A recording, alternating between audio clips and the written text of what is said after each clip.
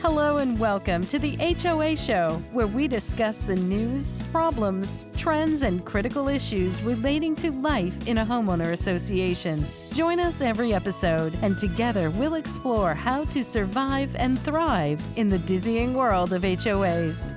Hello, and welcome to the HOA Show. I'm your host, Ryan Gazelle, and in this episode, we'll be discussing social engineering risk as it pertains to common interest developments. I'm joined today by two extremely knowledgeable people, Kevin Davis of Kevin Davis Insurance Services and AJ Scott of the Client Agency Insurance Brokers. Kevin is the president of Kevin Davis Insurance Services, which is the managing general agent for Travelers Insurance and is one of the largest writers of specialty insurance coverage for community associations in the country. He currently insures over 40,000 community associations. He's worked in the insurance industry for 30 years, founded his company in 2000, and has been an active participant and speaker for countless chapters of CAI ever since.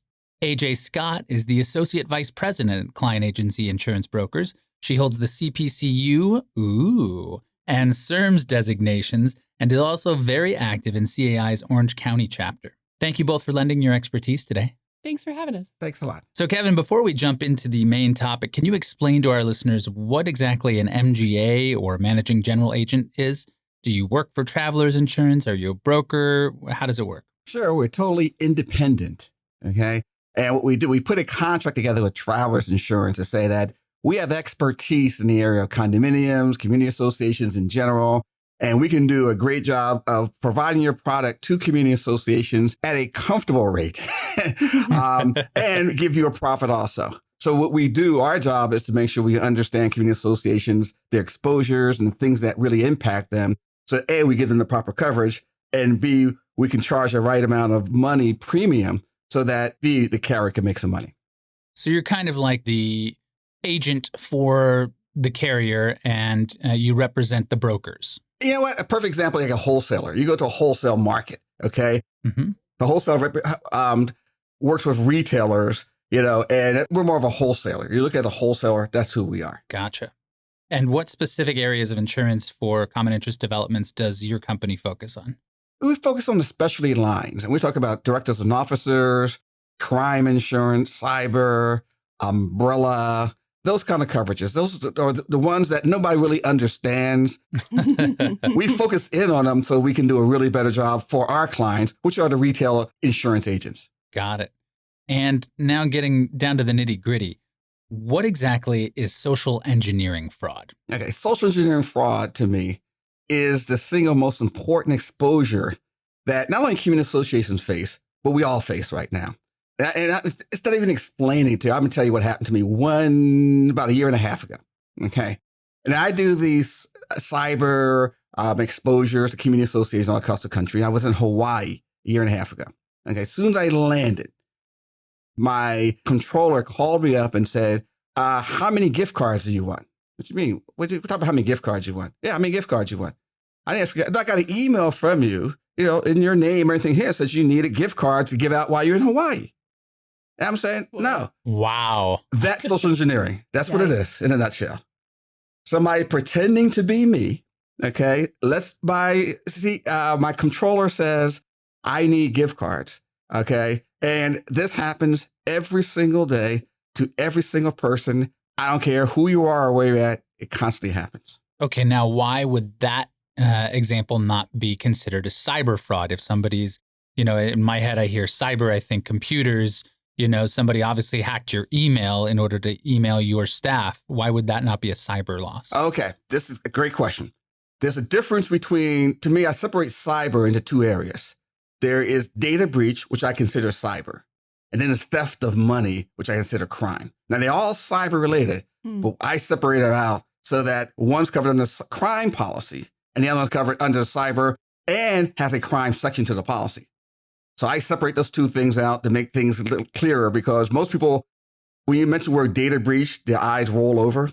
But when I say you can lose your reserve account, your operating account, lose your credit card information, now you're talking about something that gets everybody's attention. So are we after information or are we after money? Cash, money. You're after money.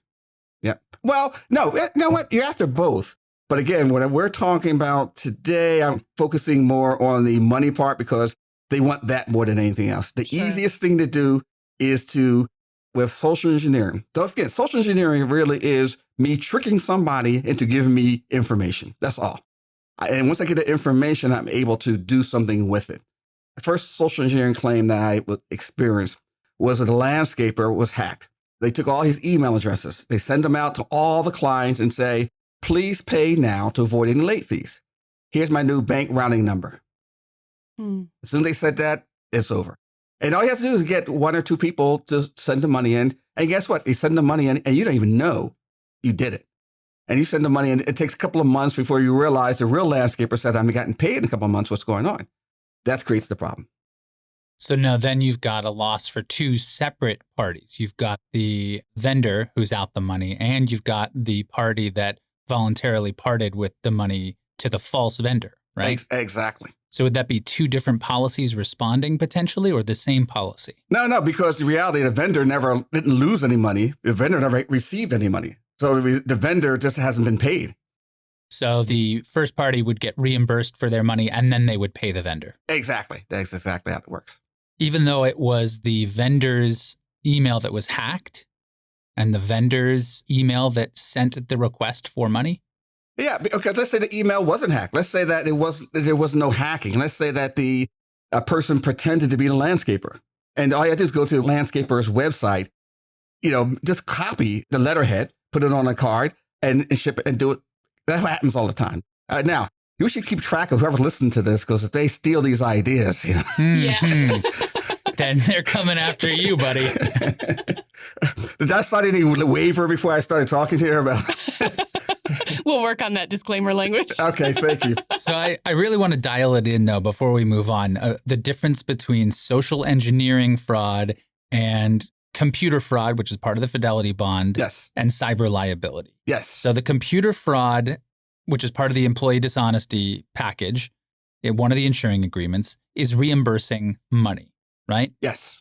The social engineering fraud is also reimbursing money. Yes. The cyber liability is not reimbursing for any money. It's a data breach. That's a privacy policy, might be the best way to think about the cyber piece. Perfect. Okay. Two things happen. Now, all of a sudden, let's say I was that same landscaper, and all I did was ask for money to be diverted to my new bank account. But let's say I also need your ID and I need your password to update my system. Now, some people will say, wait a minute, you don't know what it is now anyway. But some people will give them that information. Now we have that information. Now you have a data breach. And the social engineering policy would not respond to that. No, a social engineering crime. We're talking about social engineering crime as opposed to social engineering data breach. Mm-hmm. They both are social engineering, but one we're concerned about because we're losing something that's really we need. We don't, if somebody ends up saying, guess what? I need my roofs. You promise to pay this money, and I pretend to be the contractor, roofing contractor. You send me $100,000 of the reserve account, and I'm not the real roofer. That reserve money is gone. I think it's the human element that we have to, when we're dividing computer fraud from social engineering, there's that human piece in the social engineering loss, right? There's a person that has to be tricked. Exactly. There's a voluntary parting of the money. Exactly. Versus a manipulation of software exclusively. Exactly. Right. Or maybe even just obliviousness. With an employee dishonesty policy, you're not going to be aware that it's call happening. From your controller. Yeah. You didn't voluntarily part with that money. In fact, that's the key wording in the difference between computer theft and wire transfer fraud and social engineering is that the social engineering is with the consent of the person. So when you talk about computer theft, it's without their consent. So that means I went to my bank account, the money's missing, and it was without my consent. Where with social engineering, I consented to give you the money. That's the difference. Yeah. So the engineering aspect is the manipulation of the person. Exactly. So do all fidelity bonds include coverage for social engineering? Well, this is an interesting thing because up until about 4 or 5 years ago, nobody heard of social engineering. It was not existent. And what happened is this. Because it has to be without your consent. So we're talking about computer theft and wire transfer fraud coverages. Those have always been in the policy. And the difference is that one day somebody used social engineering to steal money. And when somebody did that, you look to the exclusions in the policy and you look to the definitions and it says without the person's consent, without the company's consent. And it's really loud and clear. But when social engineering started occurring, people started being tricked. What happened was they started looking through those policies and saying, wait a minute, these are computer theft, cyber claims. Why you don't cover it? Because you gave the money away. So once you did that, a whole new industry developed. It's crime for social engineering. And I think it's important to point out why that voluntary parting exclusion exists in the policy in the first place. If crime policies were to cover that consensual, giving away of funds, can you imagine how many claims there would be? The cost of this insurance would skyrocket. Instead of the pennies that it currently costs. Exactly. So without that voluntary parting exclusion, there would be a moral hazard, which is a reward for doing something wrong. You'd be rewarded for giving your employer's money away. And there would also be a morale hazard, which is when carelessness is rewarded, right? And those insurance doesn't tolerate those types of hazards. That's why that voluntary parting exclusion was there in the first place. But now there's this need because there is this exposure. And it goes one step further. It's called a theft policy. Right. So that means if you gave money away, it's not a theft. True. Yeah. And that's the whole part, is that this is actually a theft policy.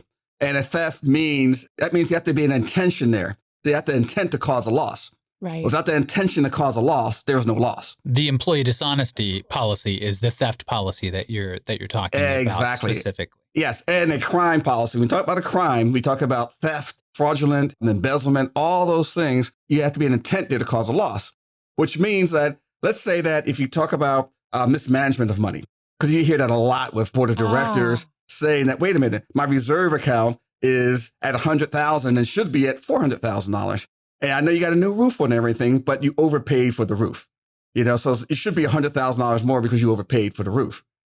Now, there's no theft there. There's no theft. Now, there could be theft if there is kickbacks, where you find out later that you paid somebody else $50,000 and you split the difference. That's a theft. Right. So the intent to cause a loss is the key in this whole conversation. Nefarious purposes. Yes. And another question for you. So, in the California Civil Code, fidelity bonds are now required to include coverage for the property management under the definition of who is an employee. Would the same thing apply to a social engineering fraud loss? Would the property manager who, if they were to be tricked into voluntarily parting with the association's money, would it be a covered loss? Wow. Okay. That's a great question. We're talking about a coverage that's evolving. Okay.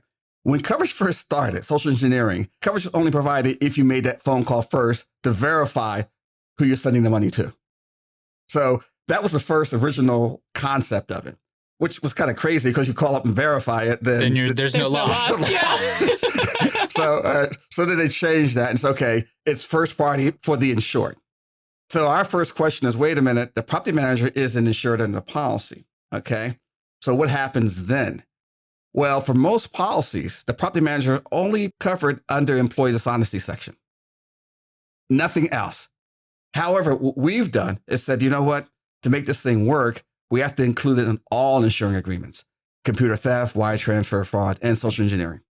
So what we have done is made sure social engineering had the same requirements, so that if the property manager now said, if he gets a fake phone call from the board president and says, guess what? I need $3,000 right now because I'm buying new, pens and papers and I need new lights and everything. And then the money is sent. And then all of a sudden, if we find out later that was fictitiously done, then that we covered under the association's crime policy. So what kind of pens are you buying, Kevin? I need to revamp my pen collection. Well, you know what? I'm looking at the Klein fancy pens right here in front of me. So I suspect their cost a lot more than the Klein regular pens. So, all right. Are you seeing in the industry, I mean, you obviously write a lot of these policies, that community associations are being targeted specifically for social engineering fraud? Okay. Everybody's being targeted. Right now, you're being targeted. Everybody listening is being targeted. Whenever you get an email that says, guess what, your bank account right now is overdrawn, or, please put information in there, that's social engineering. They're trying to trick you into giving you information. Your UPS is outdated, your Amazon card has been tricked, all that's social engineering. So we all face it every single day. I would say the worst people who are in trouble are self-managed associations. Self-managed associations are the likeliest target because they have no idea what they're doing. Okay. So they are the number one target. People will look to them because, again, people know that they have operating accounts. They know they have reserve accounts. So the easiest thing to do is target them through their landscaper, through their anything they're using to say, pay me now. Here's your new bank and your rounding number. Whenever you hear those two things, you're being tricked. Okay. So it starts with the associations that are not managed. Then you have the managed associations who, the property manager, they are so busy, okay, they have so much work to do that they sometimes don't know, and they end up saying yes too quickly.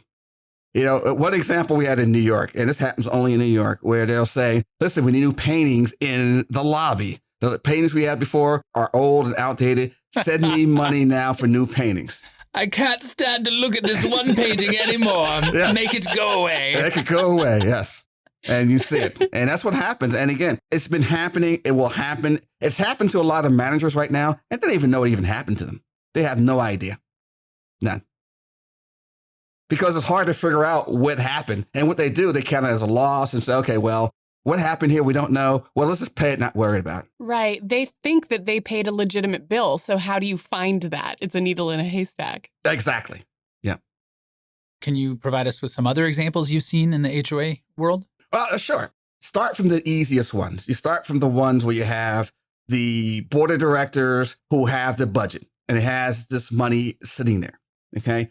And somebody on the outside who gets that, who understands that. So what they're going to do is think about, okay, how do I trick this person into giving me that access to money? Right now, the number one way is gift cards. Interesting. The gift cards is the number one way of doing it, is to ask our board of directors saying, guess what? The president of the association needs gift cards. He's going to a meeting, or he needs whatever it is. They need it. They say, order light bulbs. I tell you, for some reason, getting supplies, okay, buying supplies is one of the big areas for theft these days. Overall, not just for community association, but overall, because you get tricked into saying, okay, we need more we need more coffee, just things inside of our association. It sounds credible. Yeah. It sounds credible. More pens. And they make it feel like you're a friend. Hey, listen, we talked recently, we're still waiting for this information you said you're going to send to us. And then we believe it, we're tricked into it. There's some urgency there. There's urgency there. Now, here's the most important part of it, this thing, guys, this whole important part of the conversation. I would say 90% of community associations in California do not have this coverage. 90%. And it's probably higher than 90%. Now, why do I say that? Because there's only 2 or 3 carriers that provide social engineering coverage. Most carriers out there do not provide it. Right. Because they have no idea what it is. And they don't even know how to even quote for it. And it goes against the principle of theft. Theft is your intent to cause a loss. So if you give money away, it's not insurable under a crime policy. It's not insurable, period. It got to be under a cyber policy. So unless you have a carrier out there who understands that it is a cyber exposure on your crime, you're in trouble.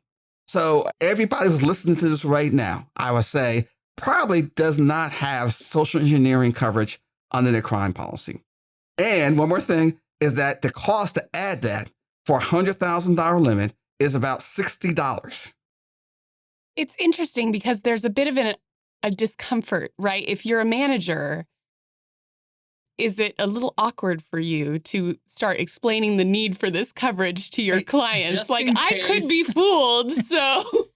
Just in case I voluntarily give your money to somebody else, would you insure me? But it's even more so because the property managers don't have it at all.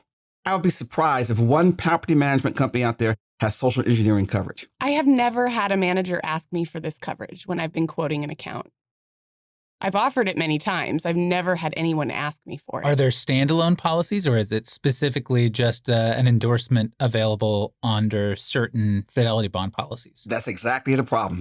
It's only available under certain crime insurance policies. And that's the difference. You said the word fidelity insurance, which really creates a lot of the problem. We've been trained to hear fidelity, okay? Which really means employee theft. Because historically, employee theft has been the number one problem we had across the board. And what happens now is that we have a significant number of non-employee related crime claims than we ever had before. Before we knew if we lost money, the employee stole it, let's get the money and move on. Now we're looking at an outsider stealing it. And in community associations, it's not just the board of directors or some certain volunteers. You're talking about past board members, okay? I mean, let's say that the past president who was president of the association 5 years ago doesn't like what's going on or lost his job, but still has the same password, still have the same login information. He logs in, and all of a sudden he realizes that, well, guess what? I have access to the reserve account, okay?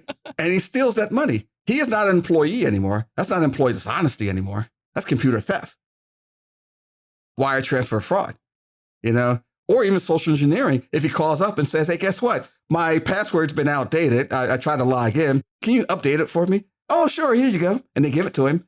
That's social engineering. Well, there's so much confusion surrounding the insuring agreements and how they work because you've got that first one, that employee theft piece, and that one's specific to the perpetrator, right? The individual.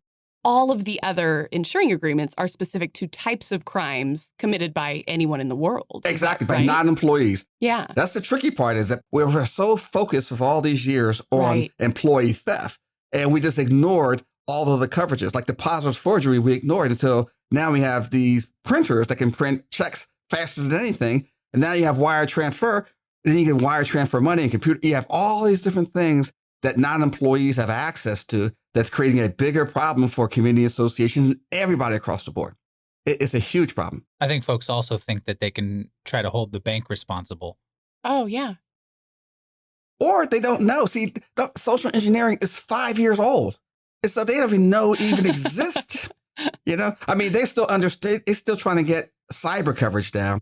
And now all of a sudden, they're introducing something like social engineering.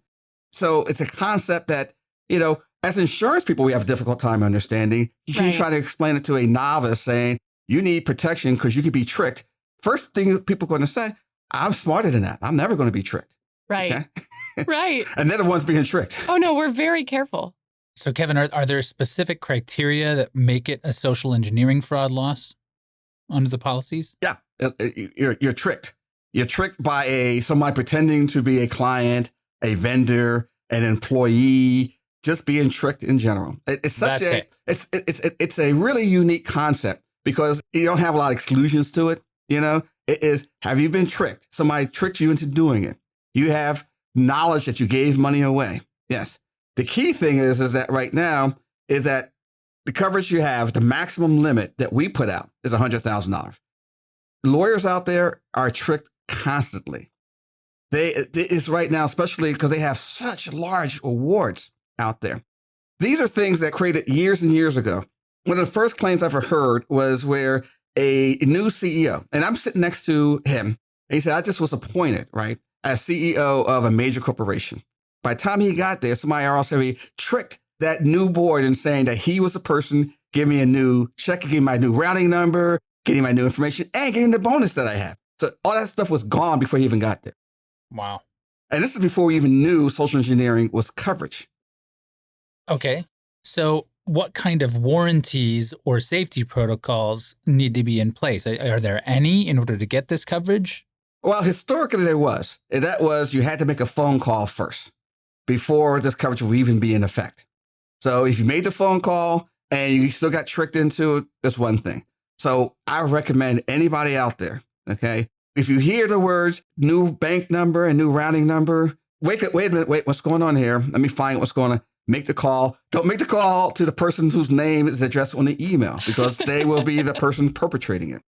So number one thing, verify everything because it doesn't matter if you have what kind of computer system you have, what kind of security you have, backups to the backups you have. If you're tricked into sending money, there's no easier way to get money from somebody than to ask for their password and their ID. The easiest way. Hey, can you give me a password and ID? Because I'm trying to update the system. And how many people will say, yes, here it is? A lot of people will. Right. So, Kevin, I have a question. How are these claims investigated? Is there some test to determine that the employee was actually tricked versus in on the scam? Yeah, definitely. Is it an IQ test? The amount of embarrassment in their face will tell them. Oh, it's awful. But it could happen to any one of us is the thing. Yes. I'm sure it could happen to me. Yeah, absolutely. Yes. But the difference is, don't forget, a lot of stuff is in collusion, but if it's in collusion, then it's covered in employee dishonesty. Okay? So let's say that, I pretend that I was tricked. Let's say, guess what? This guy called me up and he asked for his information. He sent me here's the email, and I was tricked and gave him $100,000. I can't believe it. Well, guess what? That's employee dishonesty, And so that coverage is there already. So they'll do the research and find out, guess what? This guy knows this person on the other side. It's not social engineering. It's employee dishonesty. Here's your employee dishonesty money. Make sure you fire the person, or make sure, it's no, you have to do whatever you want to do. The carrier just said, here's your $100,000 back. You can do whatever you want to do to the person. However, the person commits another fraud again, he's not uninsurable, just for the record. Yeah, there we go. And the nice part is that if it's part of the fidelity bond policy, then it's the same carrier investigating and paying out under whatever insuring agreement it fits in. Exactly. Again, that's why it doesn't matter if it's in collusion or not. Once that person is an employee, because what will happen off the bat? That employee will be under investigation. How does this happen? Course. And so, the original, what happened is that you did it on purpose. I can't believe it. Even though they'll say, well, we understand. We all have been tricked. Well, as the owner, they're going to say, they probably know that person. And so the investigation will be conducted, and they'll find out that, okay, it's either be covered under employee dishonesty, or be covered under wire transfer fraud or computer theft, one of those categories. That's why you need all these insuring agreements. That's why you need all of them. Yeah. In fact, computer theft is interesting, because what we'll see, the difference between wire transfer fraud and computer theft is somebody walks into the premises. Like for right now, I'm in your premises right now, and I've been invited in. Okay. Now let's say on my way out, I see, AJ's password is still typed to her, desktop. It's on a sticky note. It's on a sticky note. Yeah. And I go in there and I wire transfer money to my secret account. Okay. And I leave the place.